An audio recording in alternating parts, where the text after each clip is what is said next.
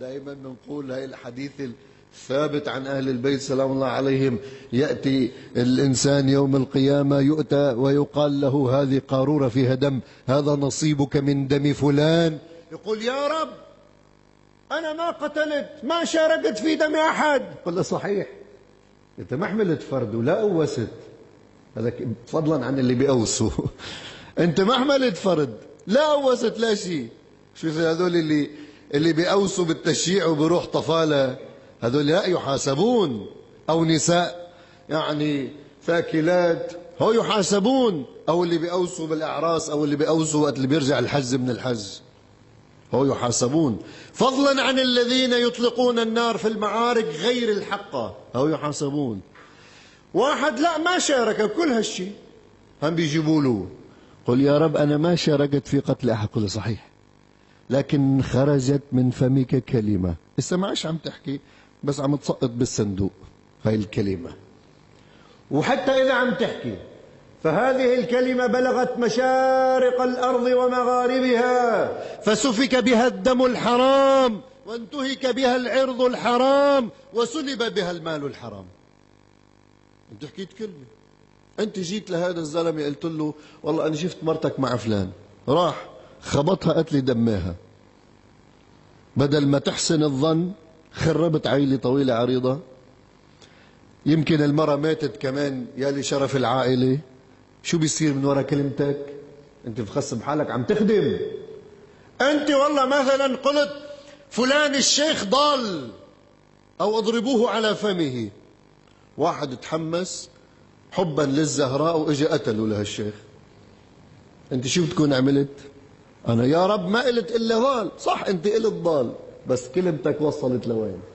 انا يا رب ما عملت كذا. في كثير من الامثله وقت اللي الانسان بده يحكي بده يحاسب كلماته، بده يشوف على شو عم يحكي. اتباع امام الهدى هو الذي يوصلك الى الله، واتباع امام الضلال هو الذي يوصلك الى جهنم والعياذ بالله. لذلك الامام صلوات الله وسلامه عليه اراد ان يركز هذا المفهوم على المسلمين، ان يفهموا من يتبعون، من يؤيدون، من ينصرون. ينصرون الحق أم ينصرون الباطل؟ ميزوا بين الحق والباطل أو لم يميزوا؟ ومع الأسف كثير من الناس، وهذا شيء غريب في زماننا، لا يميزون بين الحق والباطل، حتى لا يميزون بأبسط الأمور العقلية، بأبسط الأمور التي ينكرها العقل. والله الحسين له نور أقوى من نور الشمس، ما حدا بيقدر يطلع فيه. طيب كيف الناس هذه طلعت فيه وقتلته؟ والله الحسين كان يضيء للزهراء سلام الله. طيب شو كاين هو عم بمصدر طاقة، يعني نوره نور الإيمان، نور الهدى، نور معنوي، مش نور مادي. نور المادي بيجي يوم القيامة ونورهم يسعى بين أيديهم وبأيمانهم، مش في الدنيا. والله ما استطاعوا أن يقتلوا الحسين لأنه اجت زينب، فخافوا من زينب، ما استطاعوا أن يقتلوا الحسين، ضربوها بكعب الرمح حتى أغمي عليها. يعني خافوا من زينب ما خافوا من الحسين. شو بكون شو عم تعملوا؟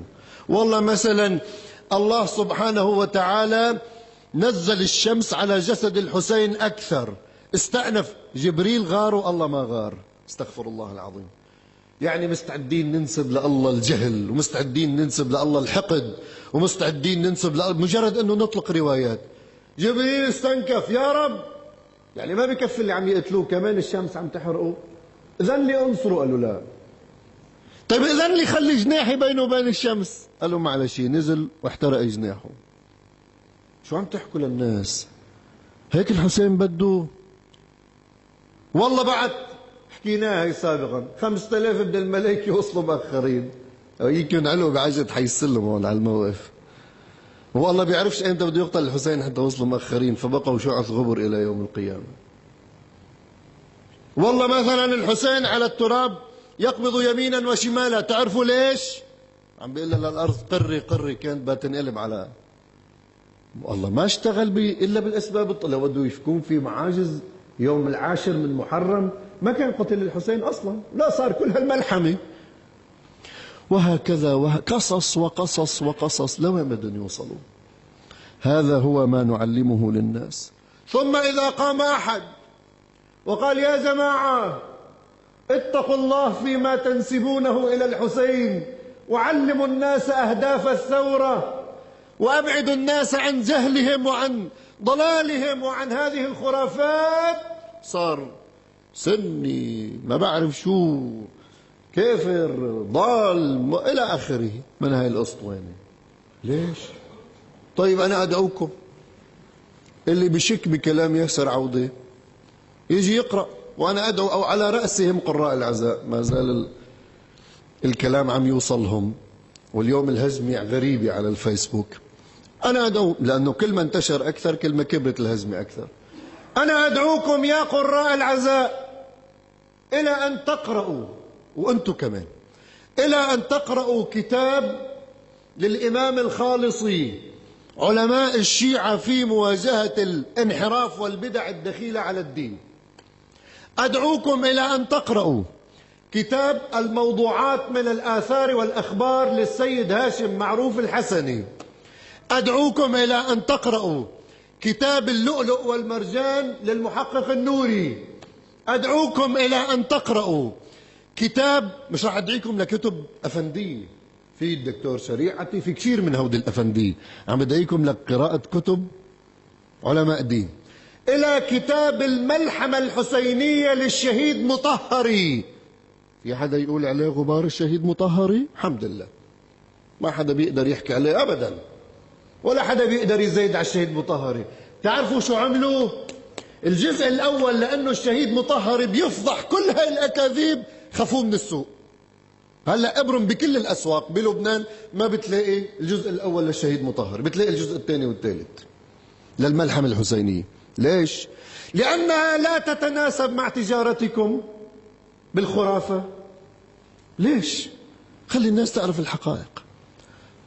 أنا أدعوكم إلى قراءة كتاب معجم رجال الحديث للسيد الخوئي. طبعا كله ما رح فيكم تقروه، بس اقروا عندما يتحدث عن المغالين والخرافيين، الجزء 12 14 16 18، خصوصا عندما يتحدث عن المغيرة ابن سعيد، وعندما يتحدث عن المفضل ابن عمرو، وعندما يتحدث عن ابن حسكة، وعندما يتحدث عن رؤوس المغالين. شوفوا الروايات اللي عم يطلقوها بعض قراء العزاء على المنبر، كيف بكذبها الأئمة صلوات الله عليهم.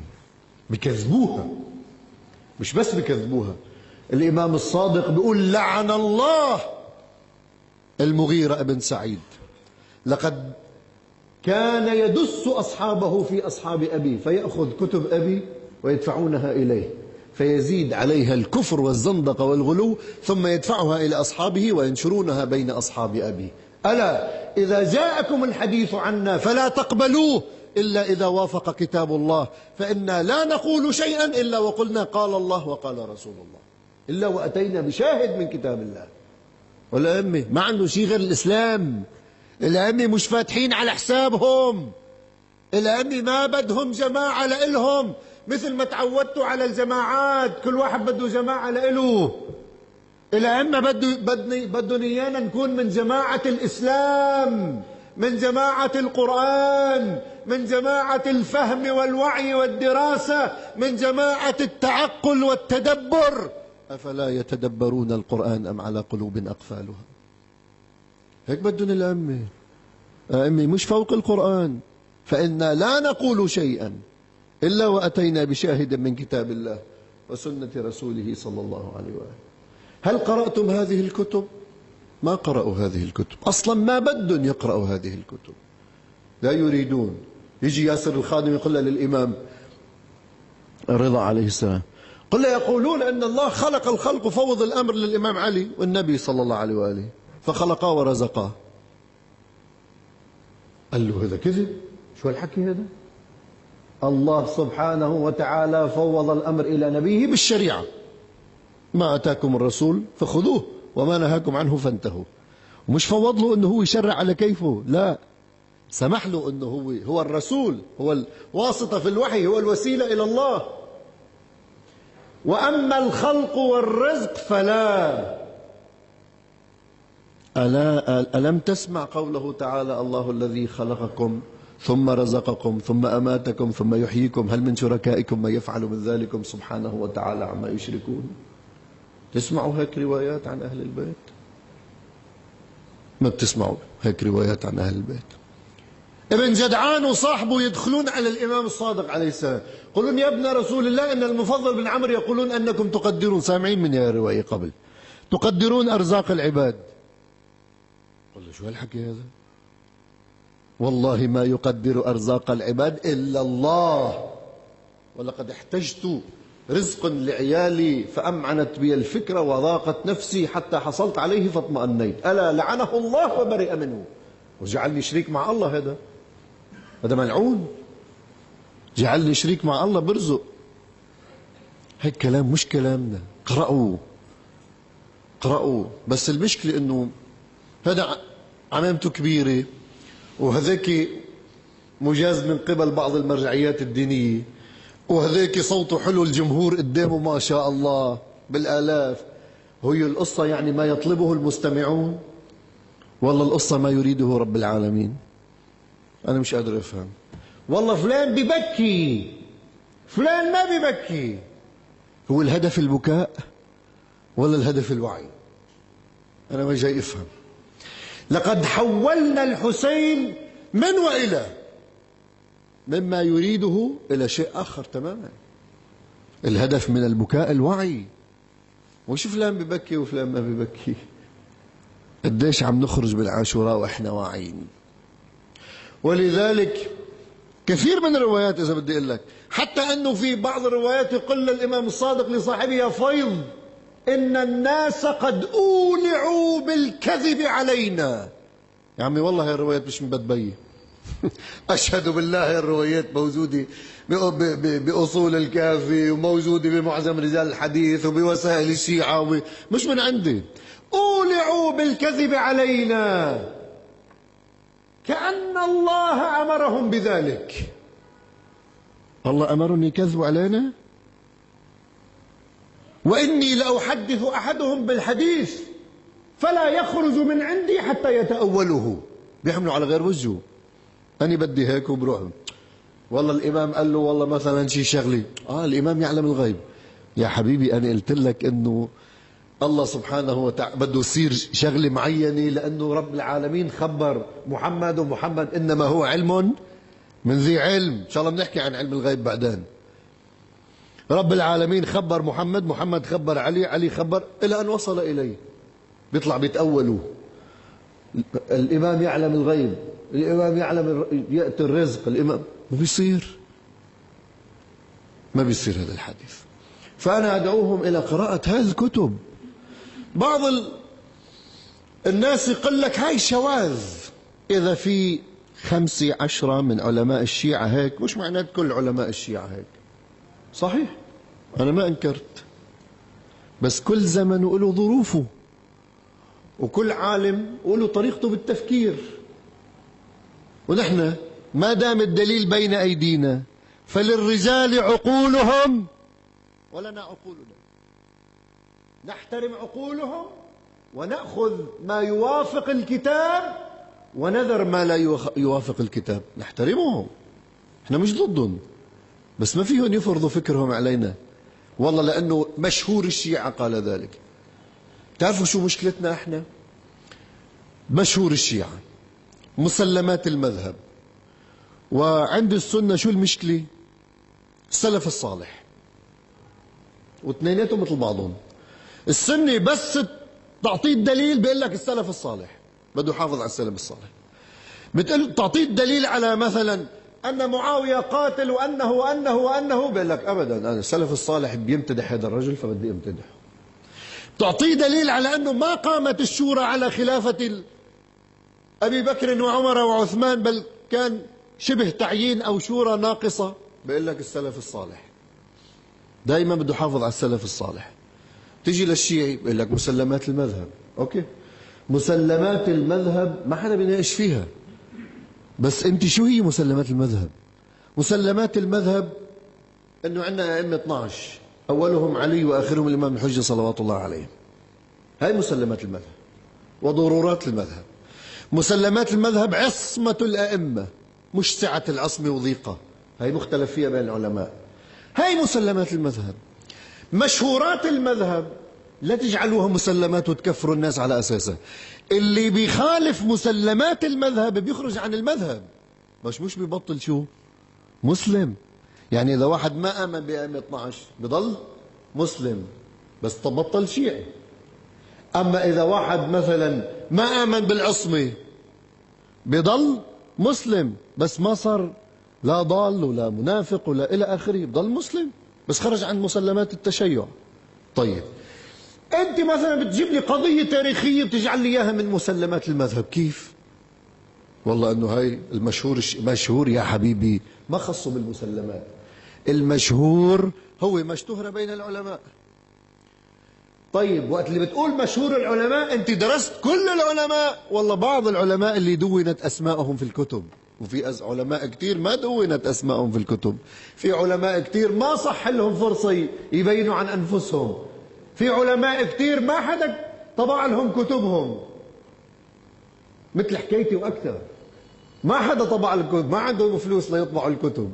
في علماء كذا، في علماء كذا، شو عرفك بآرائهم؟ المشهور بين الموجودين. هذا المشهور هو الذي جلب الويلات في المستحبات، أقول مش في الواجبات. هذا المشهور هو الذي جلب الويلات على المذهب. خلاص المشهور هيك. طيب لماذا لا تقرؤون سيرة الحسين عليه السلام من كتاب الإرشاد للشيخ المفيد؟ أليس هو شيخ الطائفة؟ لماذا لا تقرؤون سيرة الحسين من أبي مخنف، مع أنه أبو مخنف في زيادات ما بدنا نناقش؟ لماذا لا تقرؤون سيرة الحسين من الطبري؟ أليس هؤلاء أقدم مصادر لسيرة الحسين؟ ليش بتقرؤوها من أسرار الشهادة وروضة الشهداء للدربندي وما بعرف مين، هود اللي ما خلوا كذبة إلا ما حطوها بكتبهم؟ ما تدري. لا ندري بس بدناش نتقل العيار عليهم. مشكلة أيها الأحبة أننا نريد أسلمة عاشوراء، نريد أن يفهم الناس معنى الحسين، نريد أن يفهم الناس معنى الإيمان، معنى الإسلام، حتى لو اختلفنا، حتى لو اختلفنا. الخلاف إذا بقي في أطره العلمية حتى لو كان على الإعلام هو يغني الفكر، لكنه ينبغي أن لا يفسد في الود قضية. أنا اختلفت أنا وياك بضلك خيي بالدين، هذا مفروض عليك. أنا اختلفت أنا وياك بتضلك خيي في الدين غصبا عني، ويجب علي أن أحترمك. أما هذا اللي عم بيصير من وين جايبينه؟